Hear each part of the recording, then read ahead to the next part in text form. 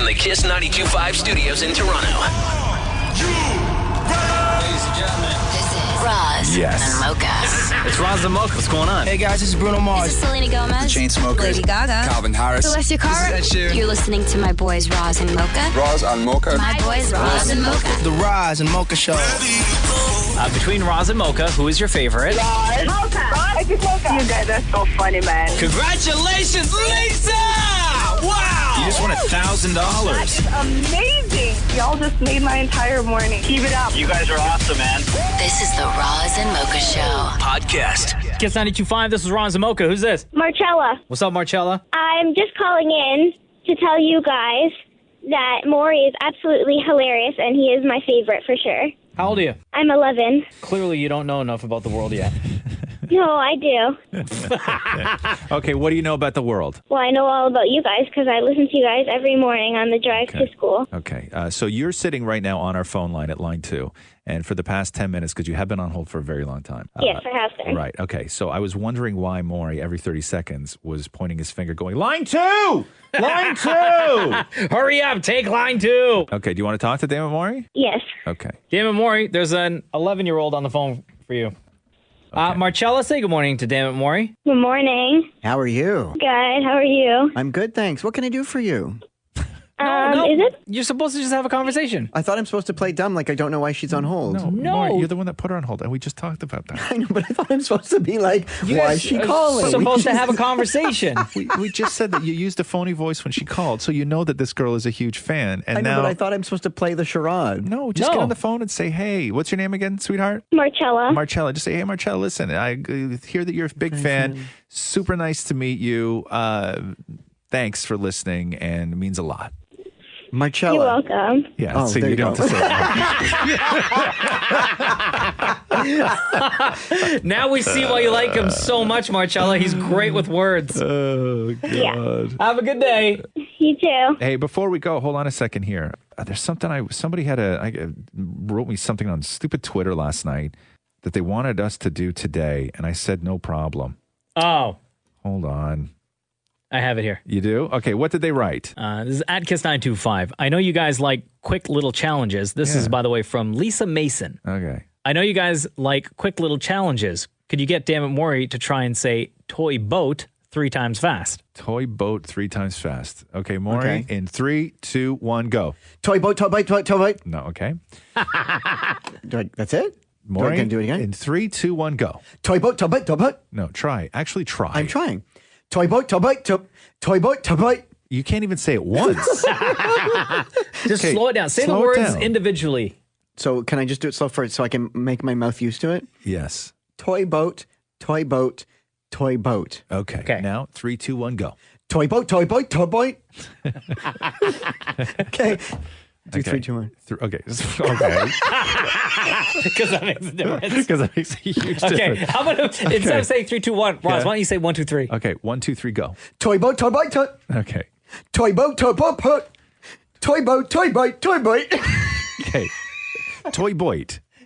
Okay. I swear, at some point, if we keep getting him to do this, I swear at some point he's going to end up saying toy boy. Yeah. Okay. Try toy boy. Toy boy. Okay. Okay. Do toy boy 3 times fast. Toy boy, toy boy, toy boy. So toy boat is far more difficult than doing toy boy. Toy boat. Toy boy, toy boy. I sound like a different person. Try it again. One more time. Are we doing toy boat or toy boy? Let's try one of each. Okay, so try to do toy boat 3 times fast. Toy boat, toy boat. Okay, now try to say toy boy 3 toy times. Boy, toy boy. Oh, my voice is making me laugh. That's me. Okay, one more time. Toy boy, toy. Toy boy. Toy boat, toy boat, toy boat. The Roz and Mocha Show podcast. Did you get the flu this year? I did not. No. Knock on Did you get the wood. flu shot? I did not. No. No. Have you ever had the flu shot? I did. And the one year that I got the flu shot, I remember I got sick real bad that year. Yeah. And I was just like, I don't want to go through this again. So ever since I stopped getting the flu shot, I haven't really been getting sick. Last year, sniffles, but this year, no. I know my wife got it this year, and she had it for like maybe 3 days. And it hit her pretty bad. And she didn't get the flu shot either. So everybody's trying to think of all these ways to just not get the flu. And there's all sorts of new info coming out aside from the flu shot. Oh, okay. Like vitamin C? We all know washing your hands, vitamin C. Catherine swears on, my girlfriend swears on, what is that junk called? Olive oil? No, not olive oil. Oh, oil of oregano. Thank you. Under the tongue, which is so vile tasting. Yeah. But there's a new study that says if you take a cold shower, even for just 30 seconds, people who did that took 29% fewer sick days in a year. What? A cold shower. The theory is this. That cold water really gets the hormones in your body working. Yeah. Which can be good for your overall health and maybe even help you lose weight. But they say a cold shower, even for 30 seconds of the day, can be one of the things that drastically helps you to not get the flu. Is this, let's say, you wake up, you go to work, you come home, and then you hop in the shower for 30 seconds, and then you continue the rest of your evening? Or is it saying, do you think it might be you take your regular shower and then during the last 30 seconds, you just blast that cold water? I think that it's that. I think that it could be either. Now, would you start with the cold or would you end with the cold? I say you have to end with the cold. No chance. For that to work. And which is absolutely not. I would never, ever do that. But cold ever. showers- You would never do it. No, thanks. But cold No way. showers are only for when you've done something wrong. What do you mean? It's like a punishment? Yeah, cold showers are always a punishment. For who? For doing what? What have you done where you were punished with a cold shower, and who punished you? It's always the case. Like if you've done something wrong, What do you mean always the go case? and take a cold shower. Hold on, No, like, are you telling me that if you and Matthew, you're in the condo and you were supposed to take out the trash, you didn't take out No, the I trash, meant when and I was a Matthew kid. yells at you and he's like, go get in that cold shower for 30 seconds? When I pause was a kid. Okay, who? So Matthew's not sending me to a call. I just tell him to No, go see, to when hell. I grew up, maybe I grew up in a different time, but to me, they would tell somebody to go take a cold shower if they were, you know, Yeah. amorous. A priest told me that A once. priest told you that? Uh-huh. What's amorous? Jeez, amorous. That's like a colored rock. Maury. Amethyst. Can you turn my microphone off for 1 second? Yeah. Horny. Hey! Oh, I thought you said turn the music down, too. No, I said turn my microphone off. No, I just said turn my microphone off. So everybody heard What, you did just you hear me? Yeah. Come on, man. You sell me out like that? I turned the microphones off. And you turn the music off? I turned the music off. So why don't you just say it into your mic then? How am I supposed to say something in private in here, man? I'm sorry, I didn't mean to. Sell me out like that. But that to. was So a that cold shower was, sends it away? that's what they had said. But why? What was the circumstances when you were young where you would do something wrong and somebody would punish you with Like a if I cold didn't do my shower? homework, go take a cold shower. Who would say that? Frank. Your dad. Your dad Yeah. would tell you to Frank go- Sherman. Hold would on. tell you to take a cold shower if you didn't do your homework. And if I didn't go out and play ball, go and take a cold shower. But was the reason you weren't doing your homework because you were so horny? Or Sorry. did you didn't leave my you No. jerk? No, I'm just kidding. You say it once, you might as well say it 1,000 times. This is the Roz and Mocha Show. Podcast. Fellas. What? Y'all want to play Pinched? Okay. New game alert. New game alert. Okay. This is Pinched. I don't think 2018 has been too good to me, Roz. No, you have not. Maury has been like whooping you at Pinched. I know. Can I tell you? Yeah. Even my wife is disappointed. Really? On a day where I lose at Pinched, Yeah. I dread going home because the first conversation that happens is, how could you lose to Maury at Pinched again? The question I would have, so Maury, with all your victories lately in Pinched, I imagine that you walk in the house and Matthew's extremely proud of you. No, he doesn't listen to the show. Okay. So how Pinched works is trivia-based Mocha versus Maury. In between them on the desk is a big pile of old-school wooden clothes pegs that hurt. Get a question right, you get to take one of those clothes pegs and pinch your opponent with it. Put it anywhere on their body that you see fit. It's a lot of fun. Gentlemen, your categories today are rhymes with dead. Okay. And, hey, aren't you that bald guy from... All right. I believe, Mocha, you picked the category last time. Maury, it is your turn to pick the category. Rhymes with dead. Rhymes with dead. Mocha, can I hear your buzzer? Maury? Again, Mocha? Maury. Okay, category rhymes with dead. Gentlemen, are you ready? Yes. You can find me hiding inside a pencil. Maury. Lead. Right. Man. Mocha. What? Rhymes with dead. I get it. I get it. Okay. Here we go. So you Maury going? is going. Yeah. Where is he?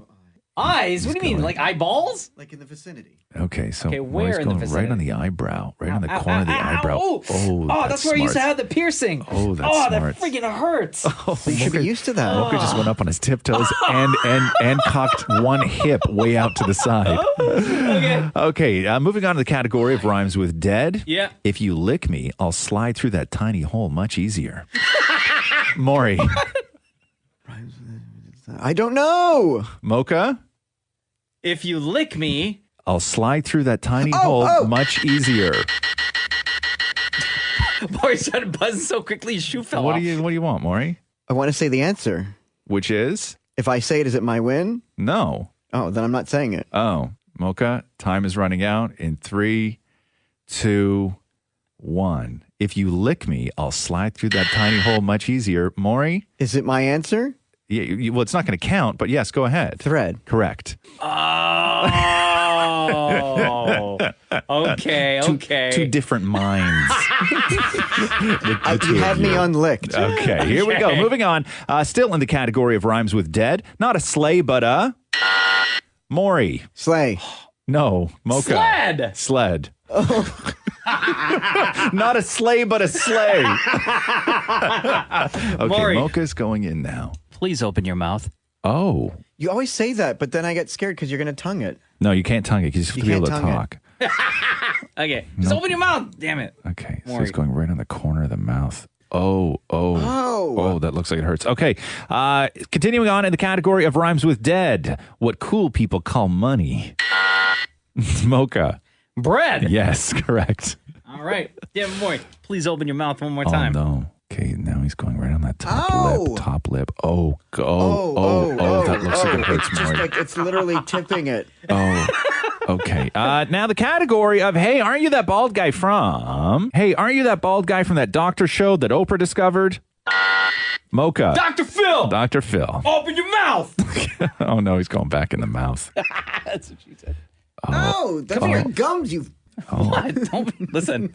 This is the way the game. It almost looks like you're about to call him a foot, Maury. That's my gum, you foot. Oh, you're taking tooth as well. Can you stop moving? Yeah, but you're clamping tooth and gum and lip. Here, pull your lip out. Casey's going back on the top There you lip. go. Oh, Jesus. Oh, wow. Hey, aren't you that bald guy from Fast and Furious?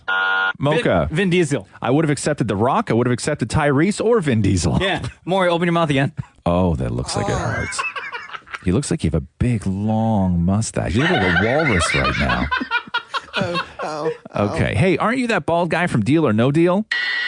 Maury. Howie Mandel. Who? Howie Mandel. Who? Howie Mandel. I can't understand that. Yes, you can. It's Howie Mandel. Mocha for the steal? Howie Mandel. Yes. No, I'm kidding. Maury, you go ahead. You go ahead, Maury. Come on.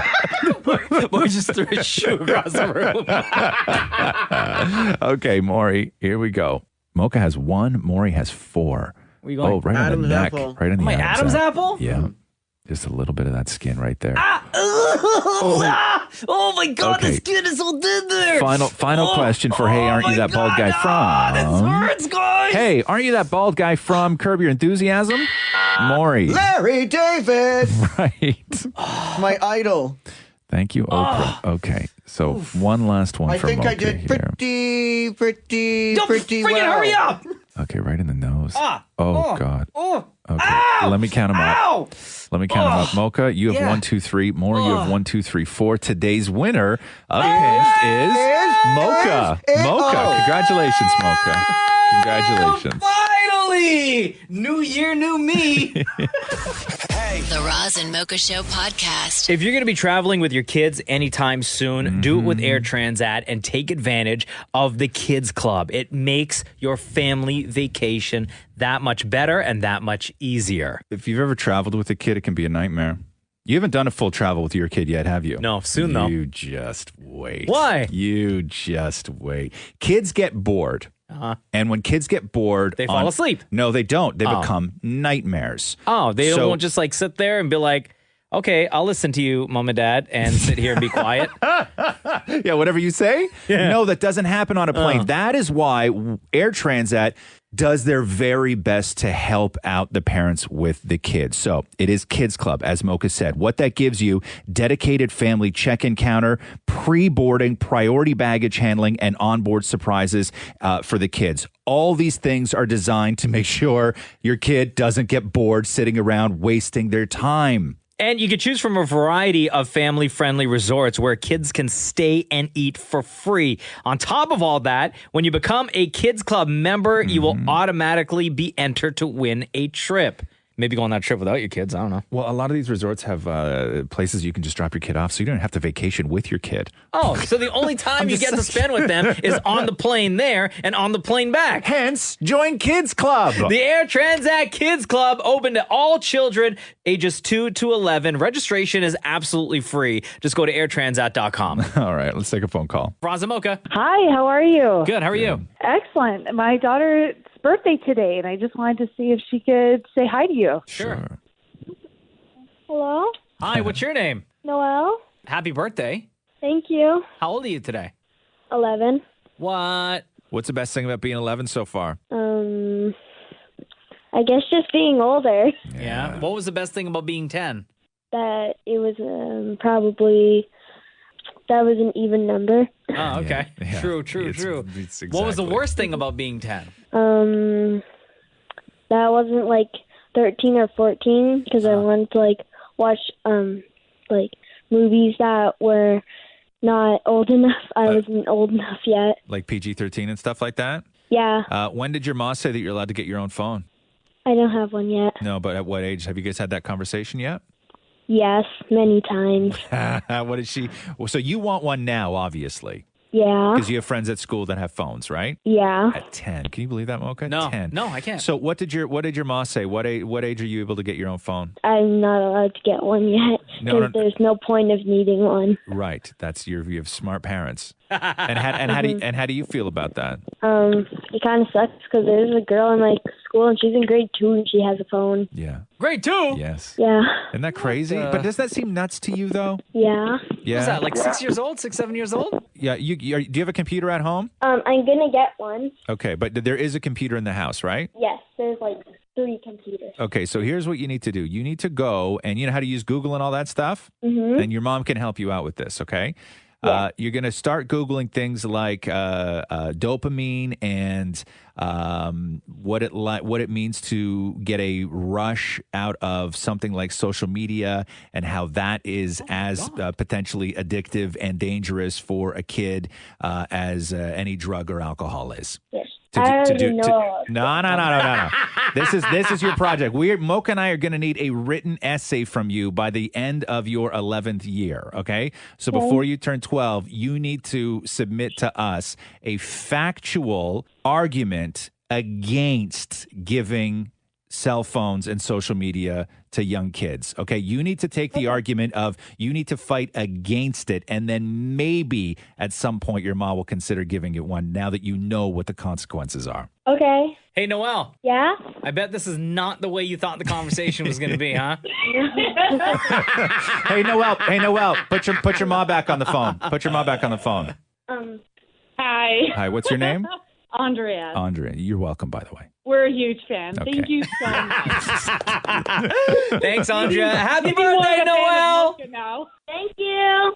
Here we go. The Roz and Mocha Show podcast. Are we in the anniversary of Ray of Light, Maury? Am Stop I to believe that? Ray of Light anniversary was on Friday. So for we 20 missed it. years, and I had an insane dance party at home. How insane. How many people showed up? It was me. Yeah. It can still be insane. Dude, it was loud. Yeah. Dude, it was loud. Was Matthew home?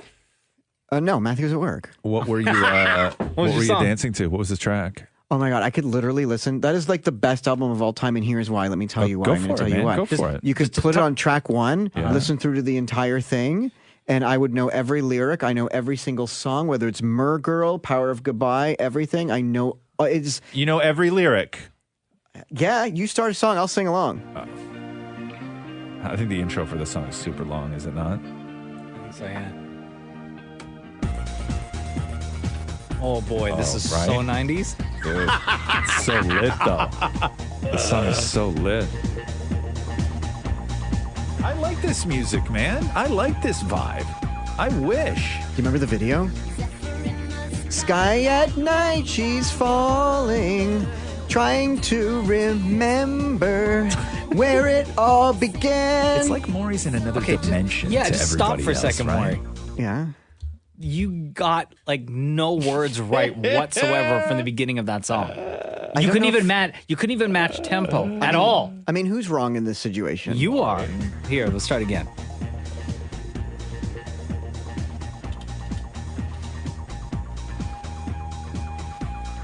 Okay. Sky at night. Pause. You missed the first word.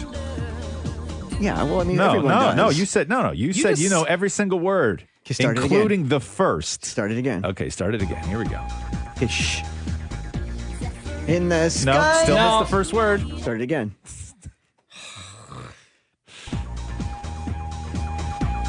Zephyr in the sky at night, I'm falling. Put your headphones on, man. You can't even hear what's going on. Like, what is the matter Man, with you? Your ray of light party at home, it sounds super awesome, dude. And you know what the problem is that I actually really love this song. Zephyr in the sky at night, I'm under. Do my tears of mourning sink beneath the sun? I'm a little fast. 2, 3, and. Like of a universe, come quickly. No, wrong. Or the thunder No. threatens everyone. Before the thunder thunders everyone. And I feel like I just got home, and I feel. It's a tough note to hit, huh, bro? Really? It's a really tough note to hit. Keep going. Okay. Maybe back off the mic a Home, little and I bit. feel. Here we go. Okay, that's verse 1 down. Here we go. It's time to shine, baby. 2, 1, 2, 3, 4. Then a speeding light, she's flying, trying to remember where it all began. Oh my goodness. Wow. As I said, your ray of light party at home sounds super lit, bro. KS 92.5. Hello, Roz and Mocha. Hi. It's I was just so pumped to hear Ray of Light, and then you guys got to play that now. You mean the Maury version? No, thank you. Oh, not the Maury version. Not the Maury version at all. Oh, Are you 'cause sure? We could hook you up with that. Not at all. At all. Acapella style. No, got to hear Ray of Light though. Okay, Before we'll you do that leave. for you. Are you ready? Ready, Okay. What's your name? Tina? Tina. Tina, on the 20th anniversary of Ray of Light, the classic by Madonna. This is for you. I've never done a dedication on the radio show before. Oh, my goodness. I feel like a disc jockey know. right now. This is so fantastic. Mark this date down. Mark Dude, this you date have down. such a sexy voice. I know. I know. Thank you. Wow. Okay, Tina. Yep. This is Madonna with Ray of Light going out to you. Zephyr in the sky at night, No, I'm no, not at all. falling. Do my tears of mourning sink beneath the sun? The song hasn't aged that well, huh, Tina? I remember it sounding different. Got herself a universe gone quickly. that really Do hurt. my tears of can't even do it. mourning It's sink too early. beneath the sun? No. And I feel like I No. just got home, and I feel. Oh, Let's press pause on Madonna there for a second. Is that everything you hoped? Maury? Love you, Tina. Here we go. The Roz and Mocha Show podcast. This is it, baby. Last week in Feb. I know it's that short month, huh? Uh-huh. And then March break, and then And then Easter. And then May 2-4. No, let's not get into May 2-4 now. And then June. Let's stop that. And then No, Canada stop. Day. No, stop. And Don't do that. then the other long weekend. Don't. And then Labor Day, then back to school. No, don't. You can't rush this. Don't. That's like when somebody looks at you and they look at your kid, they look at my kid who's 8 and they're like, oh God, well, what's it going to be like when she's 17? I'm like, don't do that. Don't rush this process. We're at 8 right now. Sorry. Right? Yeah. We're at the end of Feb. So how do you answer that when they ask that? I don't answer that question. Because I have no idea. 2, it's none of your business. Oh, snap. None of your beeswax. Right? It's just say that. Yeah. It's none of your beeswax, man. I mean, there's so Step many off. possibilities at 17. There's a lot of possibilities at 17. There's a lot of possibilities at 16. There's a lot of possibilities at 16, but there's also a lot of possibilities at 8, right? Not the same ones. But it doesn't matter. Like to be a kid, is something that is such a small period of somebody's life. And anytime somebody tries to age my kid or tells them, oh, you're not a kid anymore, I always get just furious with them because you're only a kid for like 10 years of the 80 years that you're alive. Yeah. Yeah. Right? Like you're a kid for like a very short period of time. We're only going to live till 80? Sure, but I don't even. And the problem with No, man, do the math. the cruel 80 more part years, man. of being 90. a kid is that you don't even start developing long-term memory until you're like 3. So you don't even remember the stuff from 1, 2, 3, maybe even 4. Yeah. So out of that 10 years you're a kid, you are only remembering like 6 of it. You got to ask your parents. They can show you the pics on their iPhone. Right. So Well, some of the stuff anytime- you do remember when you're that young is just still images in your head. Like I can remember just a still of certain things from when I what was a age little, though? From like 4 or 5, but it's just a still. Sure, but nothing from 1 and 2. Yeah, no. Right? Like My what? Like earliest memories are from kindergarten, from like junior kindergarten. Yeah, like you're like 4 years old. Yeah. Yeah, Those are my earliest memories. Most man. people's earliest. Two memories. earliest memories are playing in daycare, pretending to be a subway with a what do you call it, a wagon, and when Uncle Michael used to tickle my eyebrows. Okay. To help me fall asleep. He would tell me that this is what I do to my cat. So hold on here. Uncle Michael used to rub you like a cat? But he would do it only above my eyes. He goes, this will help you fall asleep. Right. Well, how would he say it? Can you remember how he said it? Oh, exactly. He goes, Yeah. I'm going to do to you what I do to my cat. Okay, question for you though. And it'll help you fall We need asleep. to clear something up your eyes. because you have a long history of talking about people in your life that you claim are actual relatives that turn out to be just regular people that have no relation to you at all. Yeah. Is Uncle Michael actually your uncle? Yes, he's my dad's brother. Okay. He used to be. Not a guy named Michael. No, Uncle Michael was They the used to coolest just guy hang out ever. at Frank's house all the time. Right. Okay. But Uncle Michael was cool? He was so cool. He used Because to he drive tickled sports you cars before and he was bed, a male or- dancer, yeah. A male dancer? What do you Sorry, mean a male what? dancer? Like a shirtless male model. Wait, those No, are two no, different those are things. two different things. Model and dancer are two different things. Like I just remember a business card of his where he was posed with his shirt off and there was a phone number.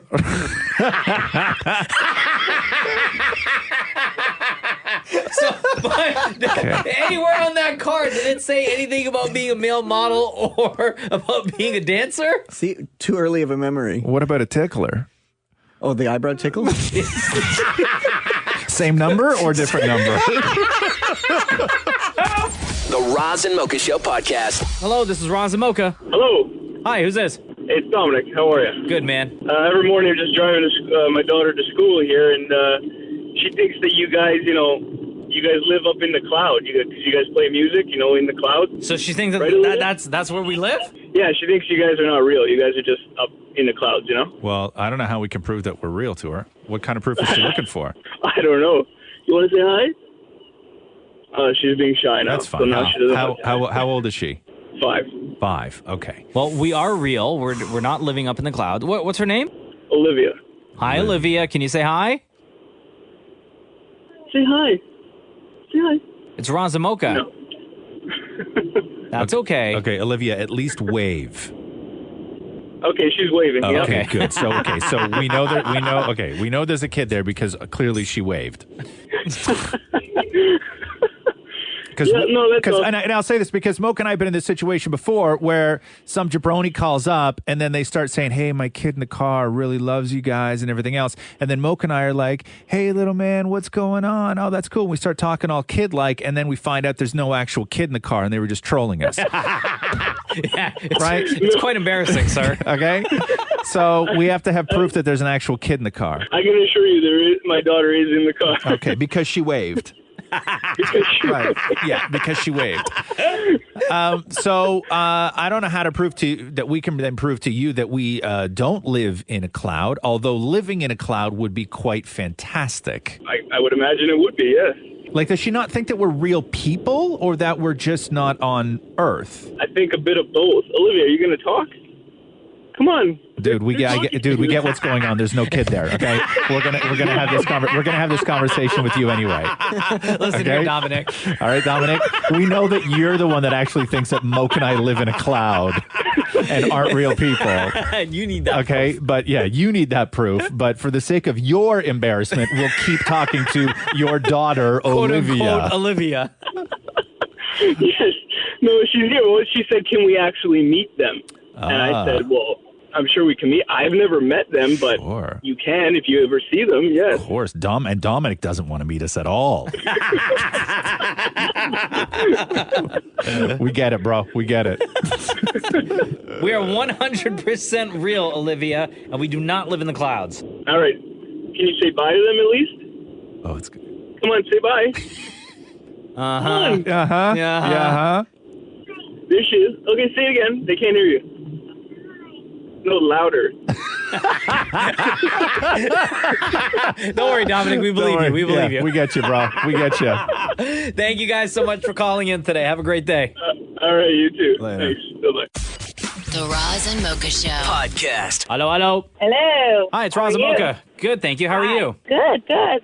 I was actually calling. First of all, I don't understand why when I call, he pretends not to be him. Who? Maury? Yeah. Maury, and we have so much evidence of this. Maury, when people call, when he's answering the phones, always uses a different voice other than his own because I truly believe that Maury thinks that it's beneath him to answer phones. Okay, well, I said, "Oh, hi, Maury," and he goes, "This is not Maury, but can I help you?" What? Hold on. Maury, get in here for a second. What's your name on the phone? Hiya. Hiya? Hiya, like hiya. Yeah. Hiya, okay. Hiya. Tell me, Maury, can you please do the voice that you were doing, like, with Hiya just now? Which is the voice that you used? Hi, Roz and Mocha Show. Can I help you? And then Hiya said, "Hi, Maury," and you said what? No, this is not he.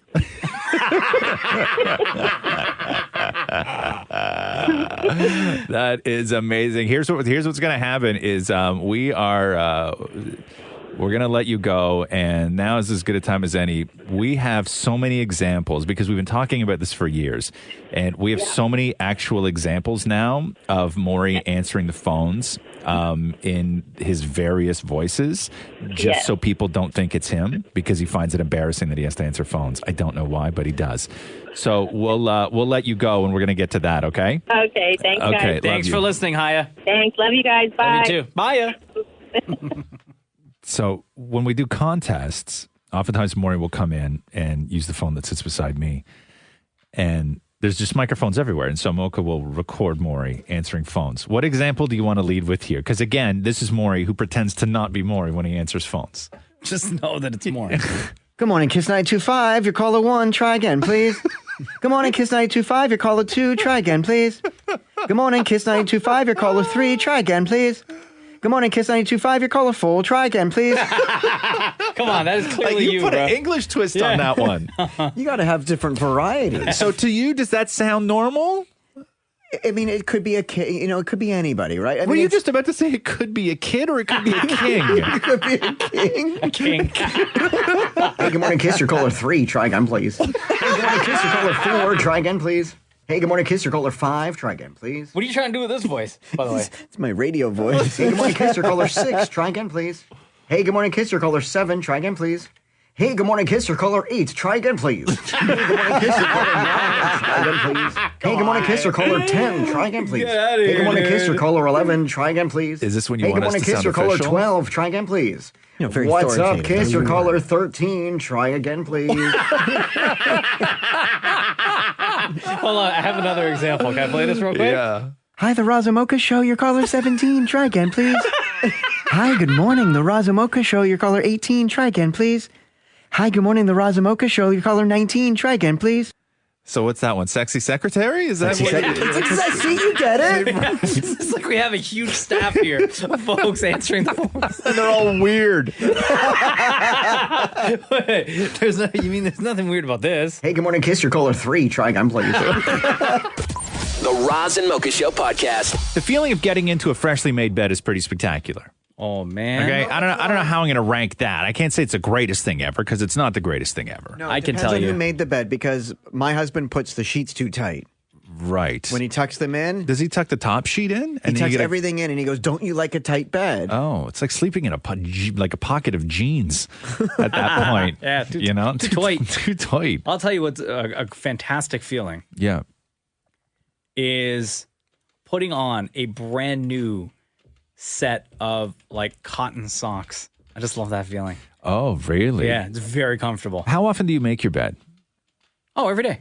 You make it every day? Yeah, well, my wife does. Yeah, okay. That's all right now. The last time I made a bed, Yeah. let me see, we've been together like 7 years now, so about 7 years. 7 years? Because I suspect people, I'll go through these numbers with you. Before you give me the numbers, I will say when I was a single guy, Yeah. I made the bed maybe once every other week. Okay. Maybe. Making the bed made no sense to me when I was single. Maybe. So, according to what I'm reading here, 37% of people say that they always make their bed. Liars. And another 19% say that they make it almost every day. So, beds are being made, according to this, 56% of the time, by 56% of the people every day. Only 7% of people admitted that they never make their bed. 14 say that they rarely made their bed. To me, these numbers don't work. No. These numbers don't work. I think it's a way lower percentage of people that say that they make their bed like once in a while. But Right. Matthew makes the bed twice a day. Why twice a day? In the morning when he gets up, and then when he gets When back your after lover my leaves. nap. Okay, right. And then if there's ever somebody coming over to check on the windows or whatever, if somebody's check on coming, the windows. If there's Yeah, like the supers coming over, he'll make the bed. I think you guys might be under surveillance, Maury, because you have some weird things in your life. Yeah. Like, are you sure that that you have people coming over that you have so people much? coming over so much? Like, And always when the other person is not home. yeah, Like there's something called a fan coil. Someone's coming to check a fan coil, Matthew. No, you know what that was? That was camera installation. is what that was. Yeah, you know, like you get sure. some weird people in and out of your place all the time. How many? Like you have mentioned, I would say at least a half dozen times in the last year, which is quite a lot amount, that somebody has come into your place to check the windows. Yeah. Probably have to, it's probably like the Big Brother house in your spot with the amount of cameras that have been. If you aren't under surveillance right now, I swear, man, there's no way. But you know what they'll see on the camera? A made bed. A made bed, I know, because Matthew's really particular about that. But no, because I don't make the bed because I get up every day of my life. I get up before Catherine does. Yeah. So I've never made the bed. But do you like a tight bed? Because here's the thing. When you sleep, do you not like one leg out? And if it's a tight bed, you can't do one leg out. No, I do. And because I'll tell you my problem, Maury, which is something that you've never and will never understand, is that when I'm in a bed, my feet hang off the end of a bed. What's that like? Right? So do you mean tilted down? Yeah, sometimes tilted down. If I sleep on my stomach, my legs go all the way across the bed, and then my feet are tilted down, hanging off. You need to put like a coffee table or something at the end of your bed. That's not like the same height. Like I need an extension. So your feet are always dangling. You know when company comes over and your ma used to put the leaf in the dining room table to make it a little bit bigger? I need a pull-out bed leaf at the end of the bed because my toes hang off. Like half my foot is off the bed. So if the bed is actually tightly made, I can't fit. My legs are crumpled. If a cat's walking by at the end of the bed, it brushes your feet? Yeah, the cat's tail will, yes. Here we go. The Roz and Mocha Show podcast. The look of the leather jacket with no shirt on underneath was at one time a very popular look. I have a few times in my life worn a leather jacket with no shirt on underneath it. Now, with jeans or shorts? Jeans. Okay. Why in the hell would I wear a leather jacket with shorts? I don't know. Where have you ever seen somebody wear a leather jacket and shorts? Hold on, let me Google this for a second. Wrestlers. That's true. You're right. You're right. No, you're right. You're right. You're right. Yeah.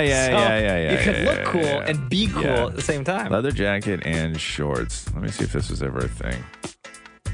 I'm gonna for sure. A lot of ladies. Oh. Hold on. with all every time, it's so interesting. The way that my fashion choices are, or mainly a lot of my life choices, is that I will Google something, right? I'll Google whatever it is I'm Googling because I'm interested in a lot of things. Yeah. I'll Google it, and then I realize what I've Googled, and I have to go back and add the word men's to it. Because most things I'm interested in are lady exclusives. Yeah. Yeah, there's a lot of pictures of guys with leather jackets and shorts. See? But it was a guaranteed way to score. Okay? We lived, I know this may be hard to comprehend here, but we lived in a world at one time. Okay, if you're young right now, you descended from somebody who lived in a world at one time. You could wear, as a man, a leather jacket with no shirt on underneath it, and it would up your chances. You know why? Great conversation starter. No, because it was hot. It was not a conversation. The conversation was this. Of course it was. No, the conversation was this, Mocha. As somebody who's worn a leather jacket with no shirt underneath, the conversation of a leather jacket with no shirt on never happened. It was understood that you were a 100% unbridled sex machine, and then the only conversations that happened after that were of a flirtatious nature. Sure. But why aren't you wearing a shirt was Your never that place conversation. Or mine, or right here, right now. Right. My parents don't get home until 6:15. Right. It was more like Hurry up. Yeah, it was more like that. Did your older brother have the car tonight still? Yeah, okay. What about tomorrow? You gotta walk the dog? Okay, what time do you walk the dog? Oh, babysit. Okay, I got you. I'm like, send me the address. Okay, so I'm gonna be wearing a leather jacket and no shirt for what, 5 days now? The Roz and Mocha Show podcast. I'm reading this story about how half of Americans say that they're afraid to go to the dentist. What? And the fear starts over the age of 15. So it's not a fear that develops when you're a little kid. And you remember when, God, it was a few years ago where I hadn't been to the dentist in like 12 years. Remember that? And then I finally went to the dentist. Oh, yeah. And the thing about the dentist, more than anything else, is if you lie, you will get busted. If you go to the doctor and they're like, how much you drink? You're like, I don't know. Like I have like maybe once a month, maybe one a day. Yeah, you know what I mean. Unless you're like a super heavy drinker and they can test your liver enzymes, everything else, they're not going to bust you on that. But the dentist is the one place where you can't lie, and you will get busted immediately if you do. Because if you go to the dentist and they go, "You been flossing?" You go, "Of course I floss. I floss every day." They're going to look in your mouth and go, "No, you don't," because they will know immediately. That's why I don't lie. I don't lie at all. At all. Anytime I go to the dentist, do not lie. I will say, like, I brushed my teeth before, right before I walked in here. Yeah. But legit, 30 minutes ago, I ate an apple. Right, but you do. So this is the thing, is that you don't neglect your teeth. So you're gonna find gunk in between. Right. It's sort of there's no excuse for somebody who doesn't brush their teeth. Right. Like there is just like we can all agree on that. There's no excuse for somebody to not brush their teeth. But then when you get the call that you got to go to the dentist, what do people wind up doing? 3 times that one day before they go to the dentist. They try flossing. They try flossing for the first time. They show up sensitive gums like bloody as hell. Bloody as hell, right? And so they know. So that is why people. I don't think people are afraid of the pain associated with the dentist. It's the shame associated with the dentist. Do you have rules at your dentist? Like, do they know your rules? Like, there is no fluoride. They are not to give you the needle. They don't do the sandblasting. No. Sandblasting? Yeah, no, I have rules. No sandblasting. What is sandblasting? What does that do? There's some sort of utensil that my dentist uses that literally sandblasts your teeth. Really? Yeah. And I really, to do what, though? They put like the sort of, I guess, a cloth over your face where it's cut out just on the mouth and the eyes and the nose, and then they blast your mouth with sand. It sounds like you're being waterboarded. Is he? Yeah. Is he trying to get your information? Yeah, like does he want the launch codes? Like, what is he asking you while this is going on? Which is why I said no sandblasting. Wow, give me the name of the person who sent you here. What else do you know? Jeez. So no sandblasting. Also, if I have to wait longer than 5 minutes in the waiting room, for every additional 5 minutes is another toothbrush. Right, because you're special. We get that. Okay, yeah.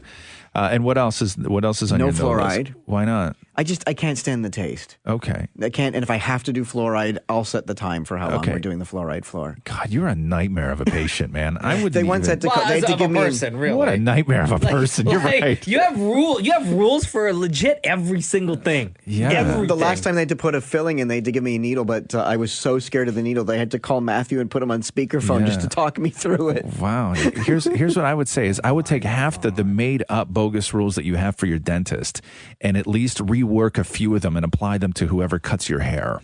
Hold on.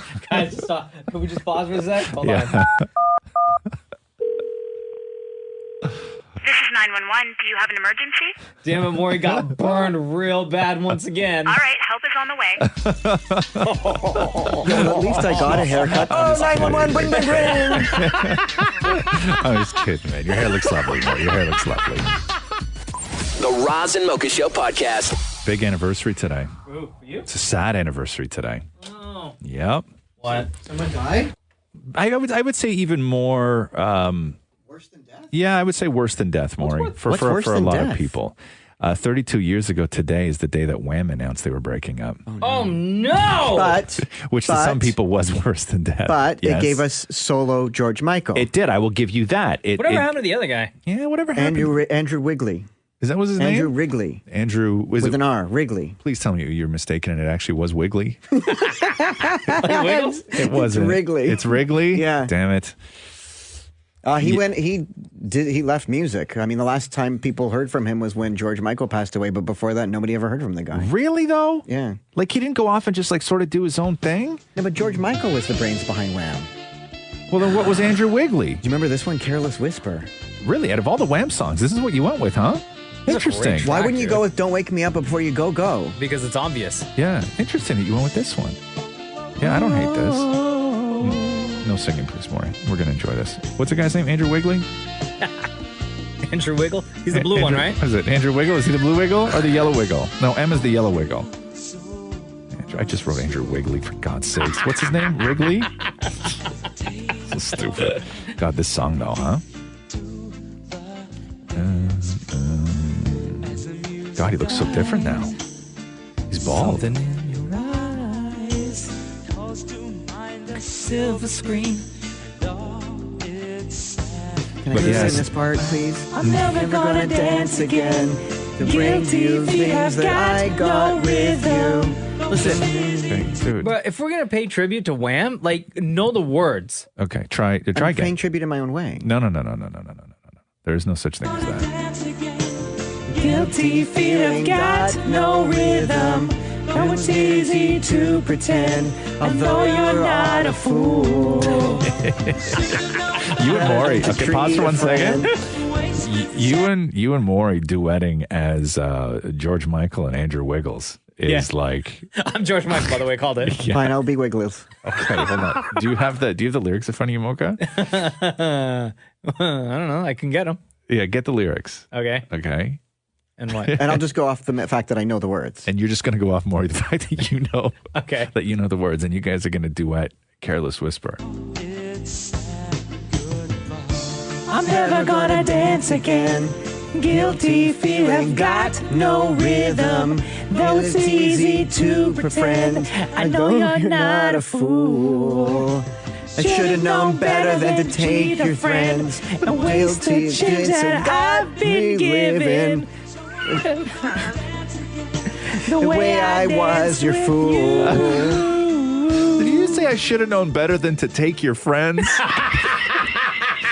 Was that one of the lines? Yeah. I Should've known better than to take your friends. Guilty pleasures got no rhythm. Anyway, there you go. 32 years ago, a very sad day in music. Wham announced that they are breaking up. The Roz and Mocha Show podcast. Hi, Kiss 92.5. It's Roz and Mocha. Good morning, gentlemen. I just want to say that I love Maury and have a reason why. That you love Maury and have a reason why. Okay. Yes. So I used to feel ordinary, but now I feel extraordinary. Because every time I hear him on the radio, he makes me feel a lot more less ordinary. Oh, wow.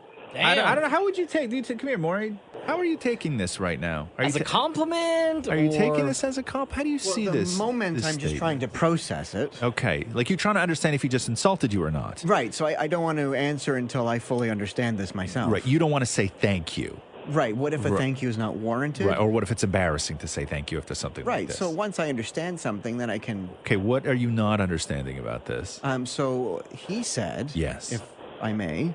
Please. That when I'm ordinary, but when I hear Maury, I'm less ordinary, meaning Maury makes me less of a person. That's not what he said at all. Okay. What he said was, and correct me if I'm wrong, okay? What you said was that he feels ordinary, but when he hears you, he feels extraordinary. Oh, but I heard the word less ordinary in there somewhere. I think you're just adding words into the conversation. Yeah. So he feels extraordinary. Right. Extraordinary. Yes. See, that warrants a thank you. Have an extraordinary day, sir. Thank you so much, guys. You got it. The Roz and Mocha Show podcast. I was trying to watch the hockey game last night, but my immature girlfriend ruined it again. What happened? Well, because, okay, so me with the Olympics, right? I tried to get into the Olympics, and then she would come in and I'd be watching Luge, and she'd be like, oh my God, that guy's like nuts are like sticking right out of his suit. And I'm like, come on, man, like, don't ruin this. Or somebody would be like snowboarding and they would be doing these incredible tricks, and then she would just look at the screen and go, yeah, but this is just what they do every day, these guys. And I'm like, but it's the Olympics. And so last night, it's a big game, right? It's like Toronto and Tampa Bay, and I turned the game on. I got my dinner all laid out because I like to have a television sort of activity when I eat, right? I like to have something, an event when I eat. I like something going on. I can't just grab food. I need it to be like a thing, right? Well, and just then, out of curiosity, what was on the menu? I had leftovers. I had all leftovers from the weekend, so I had a ton of barbecue. I had a couple wings, a little bit of steak, a little bit of rib, and a fondant potato that I had made. Oh, hold on. Which is delicious. Thank you. Bravo. Okay. That's no fantastic. veg, by the way, okay? Yeah. Oh, that's even better. Yeah, no veg. Even better. All right. Veg All right. is for losers. Yeah, losers. Okay. So I'm about 3 minutes in to the hockey game when Catherine realizes that there are two players, one named Johnson and one named Hyman, playing. Oh no! I know where this is going. But right? Continue. Yeah. So she's just fixated on that. Yeah, she's fixated on that, and then she starts doing commentary, right? Like Johnson slid into Hyman, Johnson nailed Hyman. The whole game, right? Yeah. Like all throughout my dinner, she's just making Johnson Hyman jokes. No. Yes. Oh. Yes. Right? I'm telling you. And then so at one point, I have a chicken wing in my hand, and she's made about her fifth Johnson Hyman joke. Yeah. I put my chicken wing down and I just look at her and I go, would you like to watch The Crown?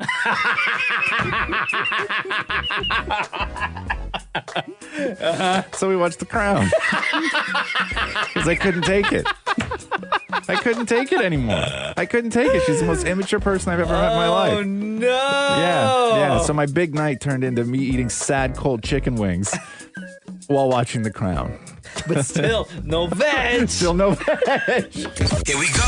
The Roz and Mocha Show podcast. Last week, KFC in the UK were having delivery problems of the chickens not getting to their destination, to the restaurants, in time because they switched delivery companies. They started using DHL. The global headline was chicken shortage, I believe. Yeah. And it forced KFC to shut down more than half of their 900 locations. That's crazy. Now, things have been getting a little bit better as chickens have been rolling into the restaurant. However, some restaurants are operating on a very minimal menu options. Yeah. So you might not be able to get everything. You might be able to get 2 or 3 things. Like you can get a leg, but maybe not the big crunch. Right. Right. And some stores are even shortening the hours that they're open because of the chicken shortage, and they're still trying to get things figured out with the delivery company. And I said this, that in the UK, I've never seen people love KFC like I did when I was in London. They line up for breakfast before it's open. Yeah, it's insane, the amount of people that line up.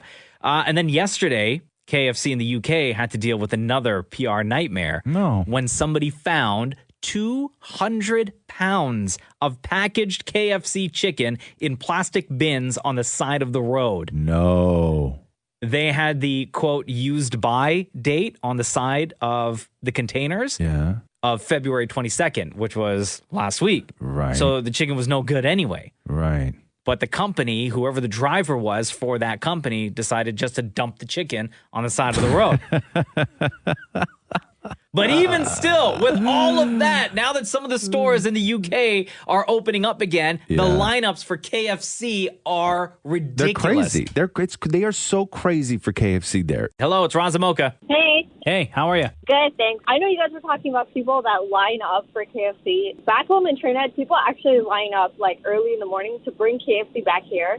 And I actually know people who have brought suitcases full of KFC back just because it's so different back home, apparently. Wait. Hold on. So who's this on the phone? Is this Sabrina? Yeah, it is. Okay, yeah. Sabrina, you've been listening to the Roz Mocha show for a long time, and I know you're Trini. Yeah, So, I am. wait. So KFC in Trinidad tastes different from KFC in Canada. Apparently, it tastes nothing like it does here. What does it taste like, though, in Trinidad? I'm vegetarian, so I don't know, but I have family that brings like suitcases back full of it. Really? Really? Yeah. Well, how do you cover, you're not allowed to bring food back into the country. How do they, conceal that smell? Because it's a very distinct smell. Yeah, I don't know how they do it, but they, I know family members who have brought, an entire suitcase, not like a carry-on, like an entire suitcase full of KFC back for their family here. Like just in Ziplocs or something? Yeah. Like how do they do that? I don't know how they pack it. I don't know how they pack it. But apparently, one of my uncles has a sister here who can't live without KFC, but it just doesn't taste the same here. So every time they're coming, they bring food back there, and if their flight is early in the morning, they will even get it the night before. Wait, but hold on a second. How long is the flight from Trinidad back home here? It's about 5.5 hours. Okay, so you're traveling with KFC that you would purchase. Add in the time that it takes to get to the airport. Add in the time it takes for you to go through security, baggage check, all that stuff. Add in the time that it takes that you're sitting on the plane before it actually takes off. Add in the 5+ hours it takes to fly back home. Add in the time that you have to go through security, baggage, all that stuff until you actually get home. That's a long time for KFC to not be in the fridge. Yeah, you're minimum 10 hours at that point. How good it is by the time it gets here, but apparently there's nothing wrong with it. It's still good to eat because Trini people think unless there's mold on something or it's soggy, it's still good to eat. That's not a good way to live. That's not smart. That's not a smart way to live. Man, it's weird. Wow. Yeah, I can't see how much different it could be that I would eat 10-hour chicken sitting in somebody's luggage. There's no possible way that Trini KFC could be that much better than Toronto KFC. That it's worth that, right? Yeah. Yep. Also, you're a chicken mule at that point. Yeah. Right? I'd rather be busted for drugs. To be Right, honest so with would you. I. You're right. If I'm going to wind up on the news smuggling something back from Trinidad, it's not going to be KFC. Yeah, I'd rather it be weed. Thanks, Sabrina. You're welcome. Bye. Later. Hello, it's Roz Mocha. Hey guys, this is Brittany from Rexdale. I just wanted to let you know Jamaica KFC is the #1 KFC What in the makes world. Jamaican KFC #1 in your opinion, or different? Well, their seasoning is different. The way how they cook is different, and they have multiple flavors such as barbecue chicken, the regular fried chicken. They have some other flavors. It comes with you can get a side of dumpling. You can get a side. Jamaica KFC is lit. Let me tell you, in a city like Toronto where it's so multicultural, right? Yeah. I think the Jamaican way of doing KFC would 100% work in this city. Of course. Why wouldn't they experiment with that? I would love to go to KFC and get barbecue style KFC chicken with a side of dumplings. Yeah. Oh, it's beautiful. It's heaven. It's lit. It's amazing. Yeah, I'm reading an article right here from a website called Mary Jane. And the headline is, why does Jamaica have the best KFC in the world? Wow, Brittany, on point. It's awesome. I love you guys. I listen to you guys every morning. I just want to shout out my best friends, Dominique and Tamika. Have a good day. And I'm expecting a child in June, so please bless my baby, guys. Hey, congratulations, Brittany. Big up Rexdale. Thank you. Big up Rexdale. Later, guys. Here we go. The Roz and Mocha Show podcast. Hello, it's Roz and Mocha. Hi, this is Shannon. How are you? Good. What's going on, Shannon? I just wanted to ask you guys if you guys could shout out a special happy birthday to all the leapers out there. So I don't know if you guys know what leapers are. Leapers, is that like a furry? It's a birthday people who celebrate birthdays on February 29th. So we don't actually have a birthday every 4 years. Leap year babies. You know, I have a cousin in England where his birthday is on the Feb 29th, and he's celebrating today. Oh, yeah? Yeah. Would you celebrate it on Feb 28th, or would you celebrate it on March 1st? See, that's the conflict. I like March 1st because I would have never been born on the February 28th. Right. But it's like an ongoing discussion, and it's very hard to actually sit there and have everybody say happy birthday, and you have to be like, because okay, Feb 28th, you're not here yet, and March 1st, you're already here. Right. Exactly. Yeah, like, so technically people say happy birthday to me today, but I'm actually turning 30 this year, so I really won't turn 30 until tomorrow. Right. It's a very confusing time. Correct. But I will say this about leap year babies, right? It's a real cool thing, but it's not all that special. What? Why would you say that? Because leap year babies are so caught up on the I don't have my day. I get that. But when you're not a leap year baby, right? When you're just a regular baby that is a regular birthday, you celebrate your birthday all over the place. That is true. That is true. Yeah, because when it falls in the middle of the week, you're like, oh, it's my birthday weekend. Yeah. It's So if your birthday's on a Wednesday, guess what? Your birthday becomes Friday.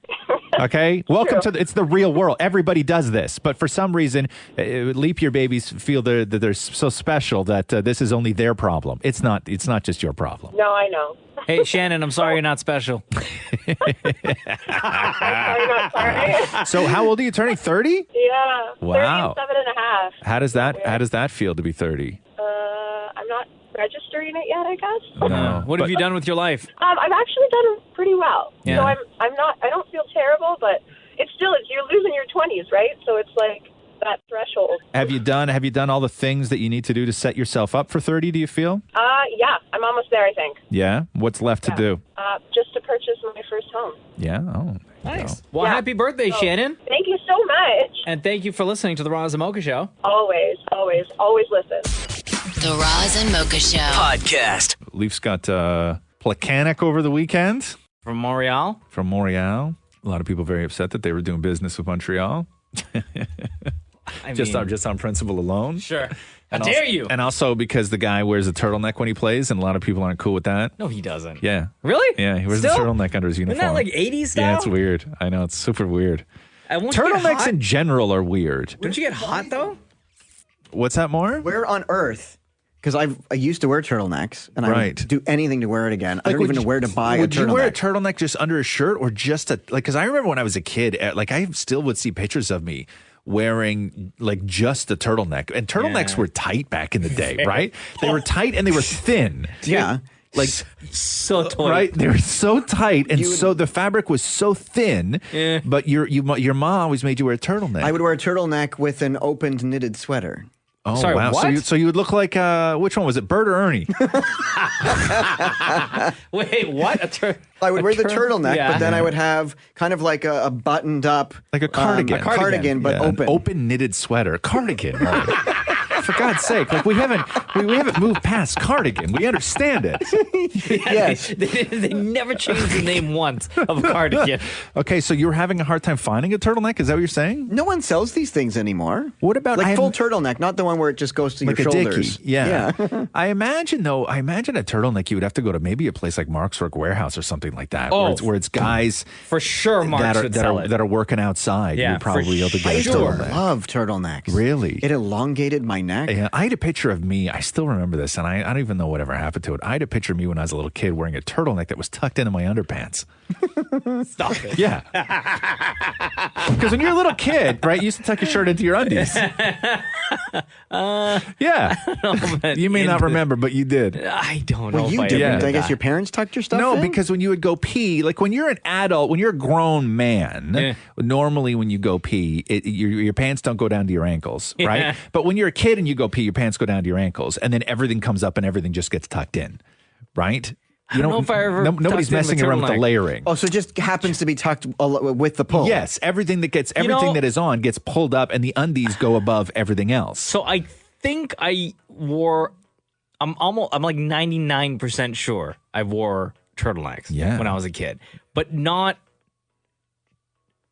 to school. Like not out in regular life. Oh, I would no? wear them. Like when my dad would drop me off at to go ice skating. Really? Yeah, at Ted Reeve Arena outside. Wow. See, I remember turtlenecks. So it's just to keep warm. Because turtlenecks were one of the first time where I really noticed my male teacher's nipples. And I remember the feeling of just being uncomfortable with the turtleneck. I don't know. Like it was weird. Like a turtleneck made me as uncomfortable as like a low cut top on a woman did when I was a kid. I just didn't know what to. I didn't know how to process that information of That's what why I was you need seeing. the opened up knitted sweater to hide your nipples. It's called a cardigan. goddammit. Hi. You can find them at more places than Mark's Work Warehouse. Zara sells them. Uniqlo, Topman. What? These are all places There's so that Maury many. loves. Yeah, it's actually like really trendy. So What, I feel like you guys turtlenecks? should reconsider. Okay, yeah. hold on here. You, I don't mean to judge here, but you sound like a man that knows his fashion. Yeah. Okay. Yeah. Do you own turtlenecks? If so, how many do you have in the rotation? I wore 3 last week. Holy cow! Why in my head right now did I just picture 3 all at once? No. I mean, you can wear I wore them with camo pants and a black turtleneck. Hold on here. Men's turtlenecks. I'm Googling these right now. Yeah, Zara has them. Really? Yeah, H&M. Oh, look at this. Now, I see a lot of turtleneck sweaters, right? But a turtleneck, but we're talking it was turtlenecks used to be so thin it was almost t-shirt material. It was like one ply above pantyhose. Pantyhose. I guess they are pretty thin. They're more fall. Right. Fall wet. I mean, but it is. I think you guys are talking about putting them under a sweater. You could still do that. I have a knitted sort of turtleneck, but the turtleneck is you make it yourself with clasps. Right. No, we want I old don't- school. Yeah, I don't know about that. Just super tight. Yeah, and if you wear it under a blazer, you automatically look like you belong to a club. Oh. You know, you want that look. Like a Bond villain. Yeah. What's your name on the phone, sir? Rajesh. Rajesh, thank you so much for calling in to the Roz and Mocha Show. No worries. Thanks so much, guys. Right on, Holmes. This is the Roz and Mocha Show podcast. So you were talking man stuff yesterday. Man stuff. You were on City Line with Tracy Moore, and they do, what is it, a man panel? Yeah, it's the first time they did the man panel. And quite the honor. Thank you, City Line. And you were supposed to what? Go on and represent men? Me and 3 other dudes just talk about our experience of being Of a man. being a man? Because That Chatelaine did a survey, and it was all based on the answers from a survey that Chatelaine Oh, I got you. had done, and it was what it means to be a man in 2018. Right. In the world we live in right now, based on what it was 5 years ago, or when you were a kid, or what your view of being a man It's tough. It's tough was to, back in the day compared to right now. In 2018, it's tough to even say being a man is cool because the only thing that the world wants you to do, the perfect man, is to just become more like a woman. That's basically the world right now, right? Yeah. That's just it. It's guys are broken girls, and they just need to be fixed. Which I highly disagree with, but that seems to be the world we're living in. But I'm really curious as to what you had to say about this because I have 3 clips here. I have who influenced you. Yeah. I have you talking about what your world would be like if you were single again. God, mine would be a mess. And then you talking about sex ed. So let's start with who influenced you. Aha! Who do you think before I play this? You knowing me for as long as you have. It's either going to be one of 2 answers as far as who influenced you on how to be a great man. Okay. I'm only giving 2 answers here. Okay. It's 2 possibilities. The Rock? No. Oh. Your dad? Uh-huh. Or Biggie? Right? Good one. Okay, it's For either you guys, it's either who Vern or or what Biggie. influeed your idea of what it was to be a Say man? Biggie, say How about you, Biggie, say Mocha? Biggie, say Biggie. I would say, like, my father, even still to this day, it's like ingrained in my mind because my dad was like the hardest worker I'd ever met my entire life. Like, there were times where, just to support our family, he was working like 3 jobs. Mm-hmm. So he would like go to work in the morning, and I'd see him for like maybe 30, 40 minutes in the afternoon, then he'd go and work 2 other jobs. So for me, that's where my, I guess, influence of what it meant to support your family. And it was literally doing whatever you could to make sure that there was food on the table and everyone had clothes to wear, really. I should have said Biggie. Which is poor Vern. What jobs Biggie. did your old man have in the night? What was he doing? He My worked dad, a lot. He did. So he was, he's still accounting now, but he used to work when Guarantee Trust used to be around. Yeah. So he'd do that during the day. And then after school, he was a driver's ed teacher. So he would take the car to Corsica and drive around to like different high schools and stuff. Really? For the appointments. I remember there was one time I had to, for some reason, I couldn't go home. Yeah. So I had to go with my dad on these stupid driving tests Yeah. or driving classes with these high school kids. I was sitting in the back. It was so boring. And that's just to spend time with your old man, right? I don't imagine. know. Yeah. Maybe? Yeah. I don't know. Yeah. For him, That's what maybe? I guarantee you. That's what it was for And your then dad. he also was a parking attendant overnight. Oh my god! From like, I don't know, like 11 Yeah. or 10 p.m. until some weird hour in the morning, Yeah. middle of the night. I was still sleeping. I hope I love my kid as much as that. You know what I mean? Like, I love Roxy, but I don't know if I love Roxy enough to be a parking attendant overnight. He had to, though. He had to. I hear you. Okay, let's go on to your life. What would it be like if Jenna was not in your life? Mocha is a 30% of single men in man. relationships fantasize about being single again. I just thinking about it now, I'd be so lost. I would be like look at you. completely lost. And I think about my It's true, life though. when I was single, and man, I love my life right now, Yeah. like 1,000 times more than when I was single. Right. You know, I have a beautiful wife. Yeah. You know, we have a 10-month-old at home, and Yes. just like life is like Life is beyond pretty good. perfect. Yeah. See, and that's at that point where you're in a room full of women who all fall in love with you, where you're like, man, I wish I was single right now. So I want to hear, this is you when they ask you about where did you learn about sex ed? Oh, yeah. Okay, Mocha, how did you learn? How did you get your sex education? Recess with my friends. Recess, for Just sure. Talking about it. Yes. It was like literally just all of that, like Yeah. zero conversation whatsoever Yeah. in our house. Like, we can't even swear, even as an adult. I can't swear in my house. I don't swear in my house either. I'm 43 years Would old. Flip Yeah. out. But yeah, it was just like with friends, and you said scary place, internet, but internet as well. Okay, what does that mean? So you you learned during recess? Like you just talk with your friends about? It's the stories that are passed down. A lot of kids have older brothers, older sisters, whatever, Yeah. and then they get the stories. Oh, so it's not like teaching each other how to And hold a then- girl's hand. No, I'll never forget my first Playboy magazine. Yeah.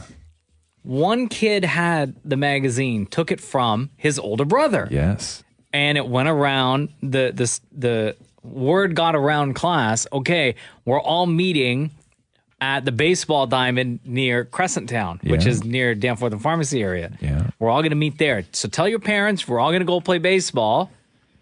Bring your bat, bring your gloves, whatever. Make it look good. Sell it. And then everyone rode their bikes straight Yeah. up to Crescent Town Yeah. and went to the baseball field there, and we all gathered round. Oh, I remember why. Because one person said that they thought that the 6th grade teacher was in Playboy.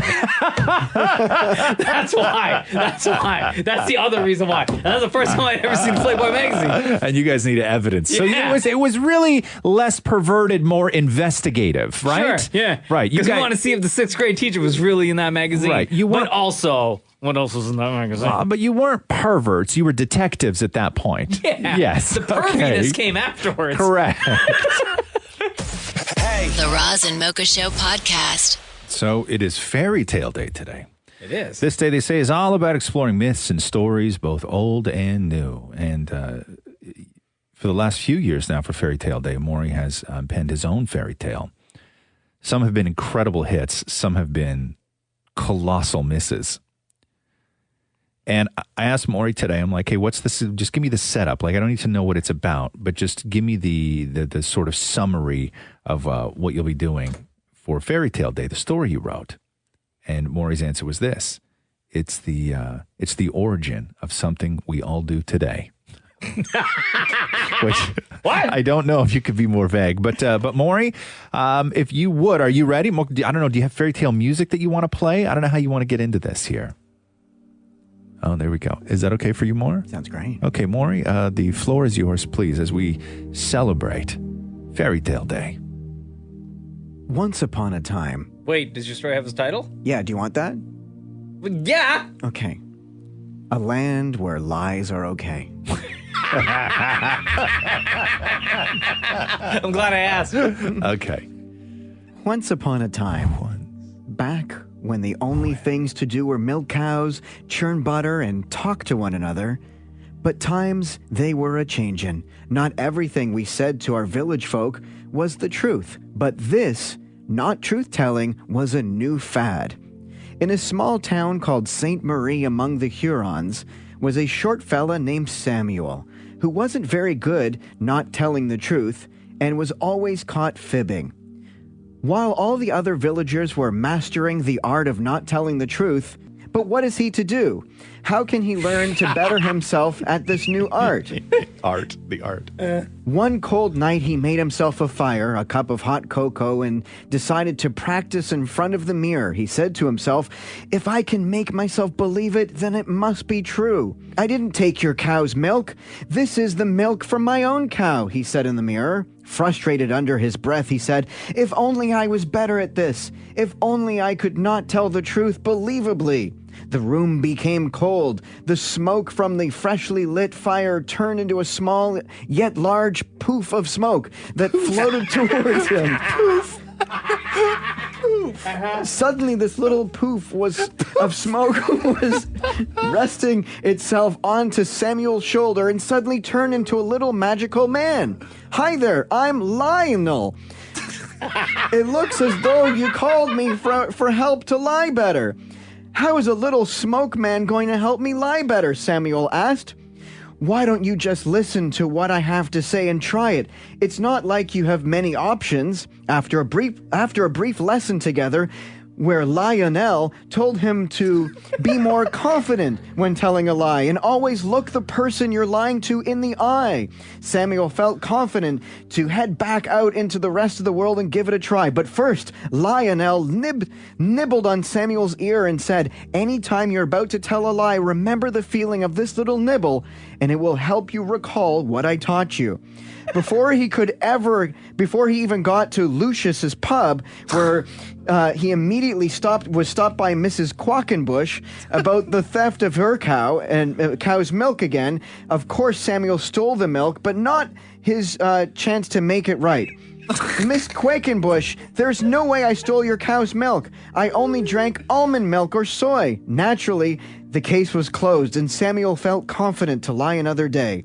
Till this day, the tale of Samuel and the feeling of nibbled ears helps people not tell the truth day in and day out. Lionel still visits the unconfident around the world. Okay. Wow. There's a lot going on in that story, bro. Yeah, so it's basically the story of Poof the Lying Fairy.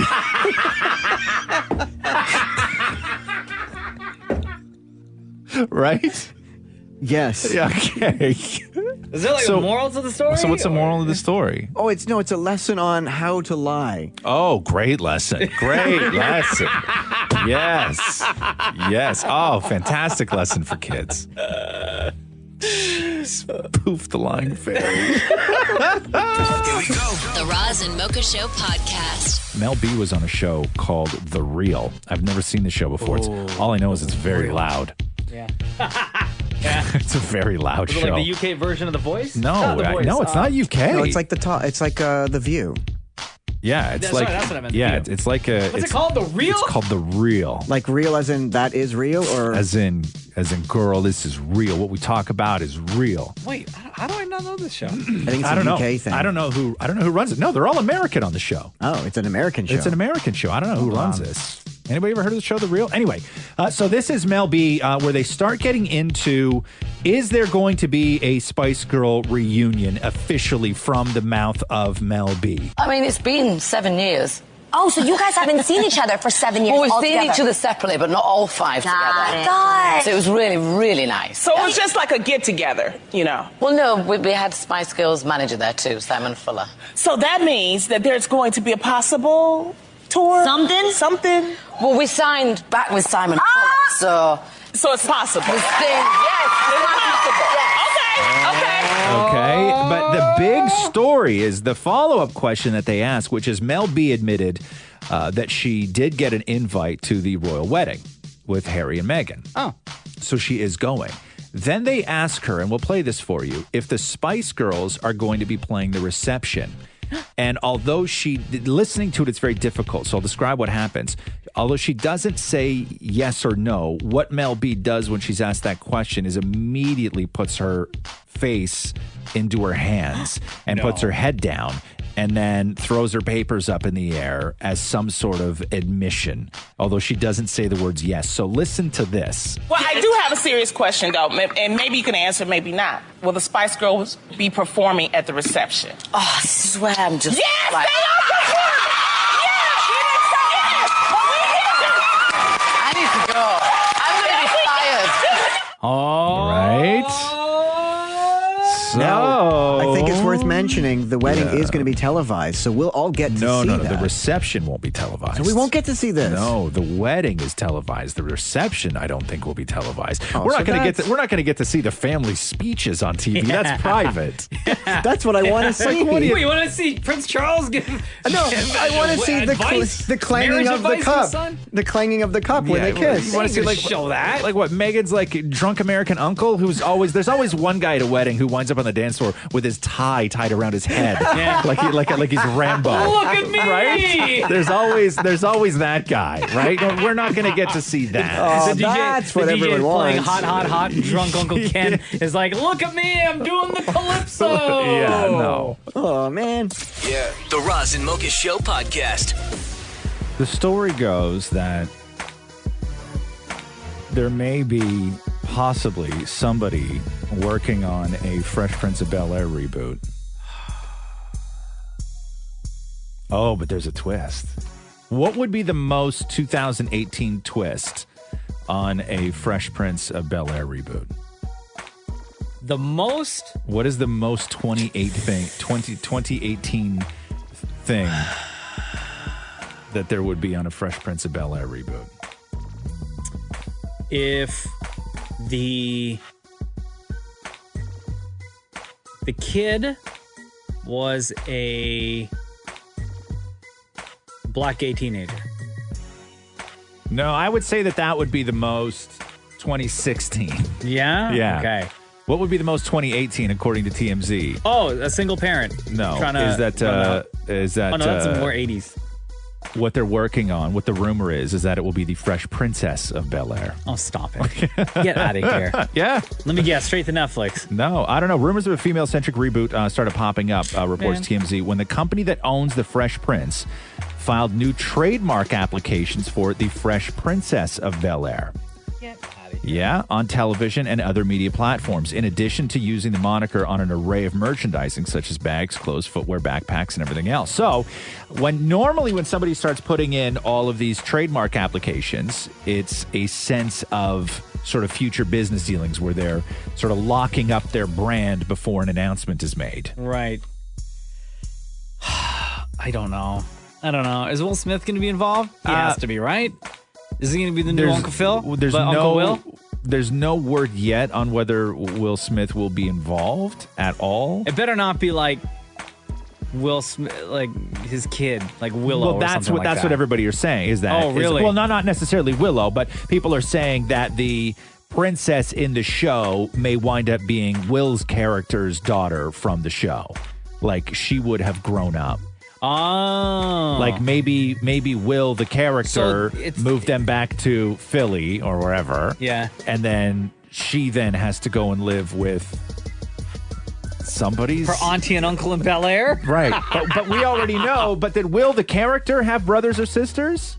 No. So there would be no auntie and uncle in Bel Air. See, to me, what makes sense is that Will would be the auntie and uncle in Bel Air. Yeah. And that some other kid would come and live with Will. Didn't Will end up marrying... Oh, I don't know the canon Nia Long? I don't know that.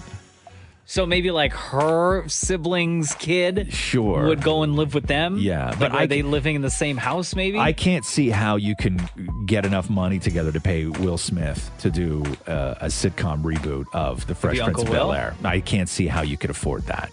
There's no way. I think he's still doing $20 million movies. I think he would do it though. I think he would do it, and I think it would be a Netflix show. I mean, the guy spends enough time on social media. It seems like he's thinking of a lot going on lately. All I see him doing is videos. Now this is a story all about how my life got flipped, turned upside down, and I'd like to take a minute, just sit right there. I'll tell you how I became the prince of a town called Bel Air. Also, you're going to have a pretty banging opening theme song for Fresh Princess to top this, because you can't top this. That's true.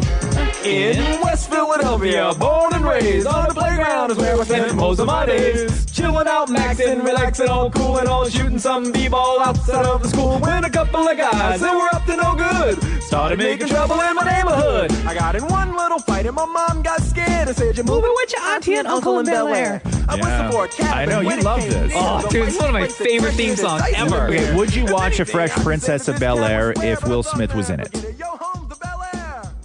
I would. Would you watch A Fresh Princess of Bel Air if Will Smith was not in it? I would not. Okay. Smell you later. I think either way, no matter how you go with it, it could be the Fresh Prince twins of Bel Air. Yeah. But I think Will Smith's got to be in it. Has to be.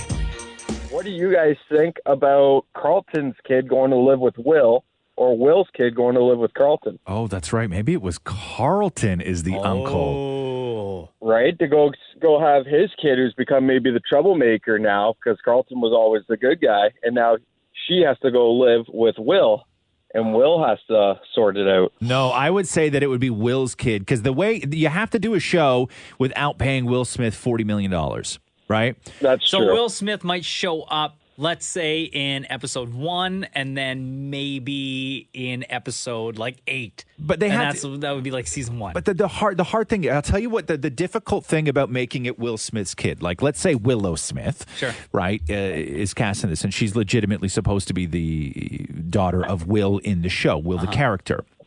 The problem is that you have to write in a conceivable reason why Will Smith's kid would no longer be living with him. Yeah. That's true. And what would that reason be? That I'm not We all really accepted. sure. We all accepted when Fresh Prince started that the mom was just going to ship this troublemaker off. Yeah. Right? Nobody ever looked at that situation and said, "Damn it, woman, parent this boy." And figure it out. From what I remember, with the way the show ended, Yeah. right? Like the family helped Will become the man that he became. Yes. Which is a nice guy, a good guy, a Yeah. guy that would look after his family. So you would 100%. think that he would raise his kids based on his life experience in the same way. The mom made the ultimate sacrifice. She gave away her child to rich people so they could turn him into something good that she could not, which when you boil the show down to that, it's really terrible. But yeah, so why at this point, after they raised such a great man in Will the character, would he then abandon his own daughter? Like, what's the mechanism there? How does that happen? They certainly can't kill him. No, definitely not. So what would they do? Would they then take Carlton's nerdy, uptight kid and put him in a situation, or her in a situation where she moves from... Well, why would you move from Bel Air to Philly? No, you wouldn't. Right? It would have to be Carlton would have to be the central father figure in this show, because it's not going to be Will Smith, because I don't think you're going to be able to pay him enough money.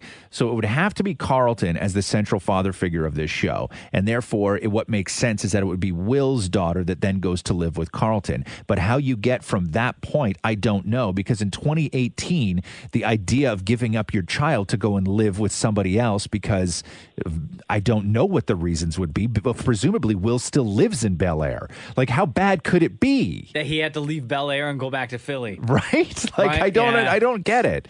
I don't get it. Unless, like what you say, unless it's reverse, which she is the Fresh Princess of Bel Air and then suddenly has to go and live with people who have less. Where it's a fish out of water the other way. Yeah. It's not the street kid going to live with the hoity-toity. It's the hoity-toity hoity-toity going to live with 227. Right. Right? Yo, 227. I love that Which show would back be in the day. Right? Yeah. Maybe All right. maybe they go that way. I'd like that. That'd Yeah, be pretty cool. Yeah. Hey, Rob, we appreciate the phone call today, bro. No problem. Have a good day, guys. The Roz and Mocha Show podcast. Hi, Kiss 92.5. It's Roz and Mocha. Hi, I'd like to request a song. Okay, what's your name? Adriana. Shouldn't you be in school? Michaela. Can you play Spice Girls? Hi, my name's Alessia. Shouldn't you guys be in school right now? No, Why not? because it's PA day. No, it's not, you No, liar. it's not. You're at school right now. No, yeah, we are. We are. You don't think Mocha and I know what the sound of a school sounds like? Are you guys in class or are you skipping? No, we're sitting in class. Oh, which class? Business. Business. Where's your teacher at? He didn't show up today. At all? Wait. What's your teacher's name? We don't. No, Mr. So what? Say what again? Mr. Penguin. Mr. Penguin. Mr. Penguin. Oh. What school do you go to? Pardon me? What school do you go to? Don't worry. Don't worry. It's Yeah, just don't a worry. school. It's just a school, Well, huh? then, listen, if you're not going to be straight up and answer our questions, then there's no way in hell we're going to play any Spice Girls for you. Oh, we gotta go. Oh, Mr. Penguin showed up? Mr. Penguin just walked back in the room. Roz and Mocha Q&A. Time to get to the truth, Roz. Time to get to the truth. Oh, we had Ask Roz Mocha already? Yeah, man. I love this part of the podcast because we actually can take some time and go through stuff and answer some fantastic questions. And Instagram has been the greatest resource of this. People really open up and ask some fantastic questions through Instagram. They also ask some real weird ones. No, they do. They ask some incredibly weird ones. So who is on the phone? And that's the other best part, too, is you may get a call from Maury if you do put up an Ask Roz Mocha question on Instagram. And then you, too, get to be a part of the podcast. So That's right. Here we go. At Kiss925, by the way, on Instagram. Hello, Assy. Welcome to the Roz and Mocha Show. How are you? Hey, I'm great. How's it going, guys? Good, man. Thank you for asking your question. Feel free to go ahead and ask your question. Yeah, so what I wanted to know is if your spouse could change one thing about you, what do you think that would be and why? And that's for everyone. Like if your spouse could change one thing physically or one thing be like how So you it could act. So it could be, either physically or some kind of a personality trait or a habit. Okay. I would say my wife would change two things. Oh, wow. Number one would be snoring. Yeah. Number two would be... What? What? Just say it. It's so embarrassing. What's so embarrassing? Because I'm a grown-ass man, What and do you- I still have nightmares, and I scream in my Right. sleep. And it just happened the other night, Right. where she woke me up 3 times in a matter of like 5 minutes. Okay, I was so mad. So Mocha's wife, Jenna, would get rid of the snoring and, God, sleeping with you sounds like a disaster. Why don't you guys have separate rooms? We might have to. And also Mocha has nightmares that he winds up screaming in the night. The other night, she was like, what were you dreaming about? And at first I lied. I was like, I don't know. And then it happened the second time. And she goes, okay, seriously, what were you dreaming about? And I was like, I don't know. And then the third time, all within 5 minutes, she's like, okay, come on, you have to know. And I told her it was... You told her it was what? Monsters and aliens. Monsters and aliens. Oh, man. So hold on a second here. You woke up and went back to the same dream 3 times? 3 within 5? times. That's Yeah, crazy. 3 times. Wow. That's deep, man. That's what she That's said. deep.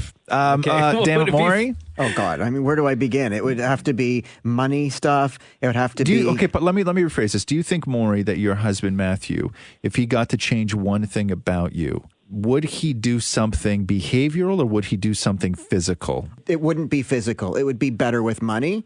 But what And- about how many times you've told us in this room that on an almost daily basis, Matthew will physically touch your belly and says to you, "What are we going to do about this?" Yeah, but that's subsided because now we can't travel for my birthday or anything because I don't save money. And he's like, "You're ruining your own birthday." Right. Because you're wasting all of our money. Yeah, that's true too. And number two would be like, he always says, for the love of God, stop leaving toothpaste in the sink and stains on the toilet. Like the tube of toothpaste No, when I in the spit, sink? it just sits and dries up on the side. Yeah, that's gross. Yeah. That's gross. Yeah, why can't you spit properly? I do, but it's gobs of spit, and that there's not enough water. Gobs? It's like gobs of toothpaste, and there's not enough water to make it go down, and I don't want to touch it. Spitting is a real masculine trait too, huh? Yeah. Like when I know, like the guys that I've known in my life who are real, like world champion horkers, were always like the manliest men that I've ever met. Like the guys who can spit legit in between their teeth, and it goes far. Yeah, or like hit a target kind of thing. Yeah. Like I've never been man enough to hit a target with hork. So what about you, Roz? If Catherine could change one thing, and you can't say there's nothing to change. Well, I was going to say that one of the things that I love about Catherine is that she thinks I'm perfect. Okay. One of the reasons, the key, if somebody says to me, "Hey, what's the key to your relationship? It's very successful," and I always come back with, "It's because Catherine thinks I'm perfect." All right. I know one thing she would change about you. What do you know about her? I know because she's tweeted this once that you use periods too much in texts. No. She would tell you to stop doing that. Okay, then if that's the worst my life is, then that's the worst my life is. Proper punctuation. No, I don't know because I don't really I don't keep her up at night. I would say, okay, I have a habit of, I have two sort of modes. I have loving Roz at home where I'm kind, compassionate, and that type of guy, right? Yeah. I talk to Catherine differently than I talk to most other people in the world. But every now and then, Catherine and I find ourselves in a situation, whether we're dealing with, working with contractors or dealing with, money stuff or anything else, where I'm not mean to her, but I wind up talking the way that I do when I'm doing business with people. And she hates it because she finds it very aggressive and off-putting. Right. And she's always like, "I don't like it when you talk to me like that." And I'm like, "But you have to understand, that is how I talk to people 90% of my life. You get the 10% where I'm actually a kind person. If people saw the way that I talk to you, they wouldn't recognize me." Right. Right? So I think that because every now and then I sort of flip that switch and Have I ever met loving Roz? No. And you never will. No, you have not. Thanks very much for the call, man. Yeah, no worries. You guys are great. Keep it up. Right on. Appreciate it. Here's a question from Mohammed Masood. What salary do you have to make per year before you stop worrying about money altogether? That's a great question. I read an article. I don't know whether you have to worry about money. I think that once you start making money, the goal should be to pay yourself first, put a little savings away, and keep the creditors off your ass, right? Sure. That should be your bare minimum goal. So you can afford where you live. It's nothing extravagant. You can afford where you live. You can afford to eat decently. You can save a little bit of money and have a little bit of fun. I think that when you're at that point, and I don't know what that is now living in a city like Toronto. Like if you're alone, we have to be talking around 75 grand a year in order to you want to own a place, you want to do whatever. But if you have a family, that's completely different. It's completely like $2 million bucks maybe? No. Make money per year of where where you stop thinking about money. Where you stop thinking about money, not trying to be rich. Like the question isn't at what point do you feel rich? It's at what point do you stop worrying about money? Oh, God. I would say pay yourself a little bit of money, right? Yeah.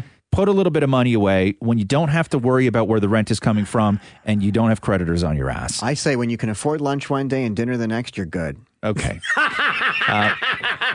But there was a great study that was done years ago, and they measured the correlation between money and happiness. And I think that that's where a lot of this comes from. Like 200 grand? No, it was less than that because what they found was, and it may have gone up now, just inflation in the way that the world is.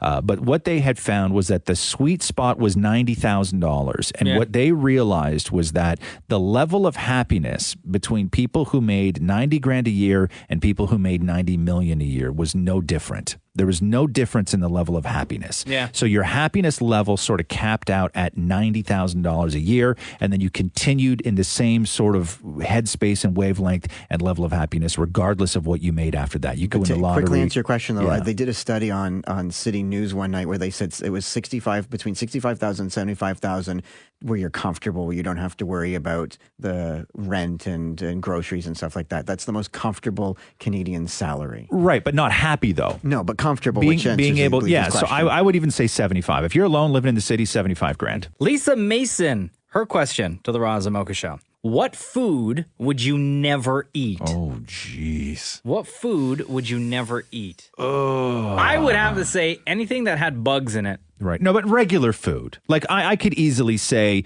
marinated walrus anus, right? And Oh, that's disgusting. you know what I mean? Like, But no one would not, eat that. But I'm not. They do. I'm not going to eat rectum. Some people eat rectum. I'm not going to do Oh, my it. God. So can we just move into the world of regular food? Like regular food? Yeah, like let's not put bugs and rectum on the list. Let's go to the list of what you can buy in like Metro or Loblaws. Okay. What food would I never eat? Yeah. I could never bring myself to eat like a veggie burger. Really? Really? Yeah, never. Never. I'm gonna applaud that because the man Never. knows what he likes. So you could never bring yourself to eat a veggie burger. Absolutely not. I'd rather starve. You are the exact opposite of a vegetarian. Where a vegetarian, it's almost like a moral thing with them often, where they just could never bring themselves to eat meat because it's just something it does to their soul. Where you're the exact opposite. Like you could never. No. Like you could never just like never eat a veggie burger. Never. I could be on like zero food for 5 days and someone walks up to me and says, listen, I'm going to solve all your problems right now. Yeah. You have to eat a veggie burger. I'd be like, nah, fam, I'm good. Some of them are not bad, Wow. though. No, What would you never. never eat more? I would never eat olives. Never I eat can't eat olives. olives. I will never eat olives. And the minute an olive touches my tongue, I vomit. Yeah, I don't believe that. By the way, I have to I think hold my you're- breath when I pass the olive bar at the grocery store. I literally go. I think that And you've, then I think race you've by. made up this this olive. No, I mean, allergy. I'm willing to prove it to you one day. Yeah. I mean, But- you have to lay down plastic. No, but I think that it's all in your head, is what I'm saying. Yeah. I think that it's You're psychosomatic. not like allergic to olives. You just don't like them. Has any medical professional ever told you that you're allergic to olives? You can't test that. Okay. Yes. Yeah, you can. You can't test the allergic. Of course to you olives. can. Of course you can. Well, then I should take the test. Okay. Yeah. But if nobody's ever told. So you're self-diagnosed olive allergy. Oh, and artichokes. And artichokes. I just don't like ghibli foods. Ghibli. Okay. How about you, Ross? Before we go, what is your the one food that you would never eat? Geez. I mean, back on that, I have in the past enjoyed a ghibli ass though. What food would I never eat? I mean, you know me. I don't live the sight and sound of a banana, but it's mainly my problem with bananas is other people eating them. I find it so revolting. I Yeah. find it just disgusting watching somebody else eat a banana. You don't like sweets. I don't like sweets. I would never go out of my way to eat something sweet. Never. I would never do it, whether it's cake or anything like that. I would never go out of my way to eat something sweet. And you don't like ketchup. I don't like ketchup. Like, can he answer? Yeah, He Or clearly you needs the help of me More, telling you just him. know me so well. Yeah. All right, enough that's of a your wrap. ghibli ass. Listen, thank you so much for all of your questions. Every week we're going to post them. Ask Roz Mocha at Kiss925. Ask your question and we'll answer. I'm so upset we did not get to what is your greatest fashion regret. Oh, cargo maybe- shorts. Let's answer that one next week. Okay, there we go. Thanks for listening to the Roz and Mocha Show podcast Catch the guys live weekday mornings from 6 to 10. on Kiss 92.5 Kiss925.com. or on the Kiss 92.5 app.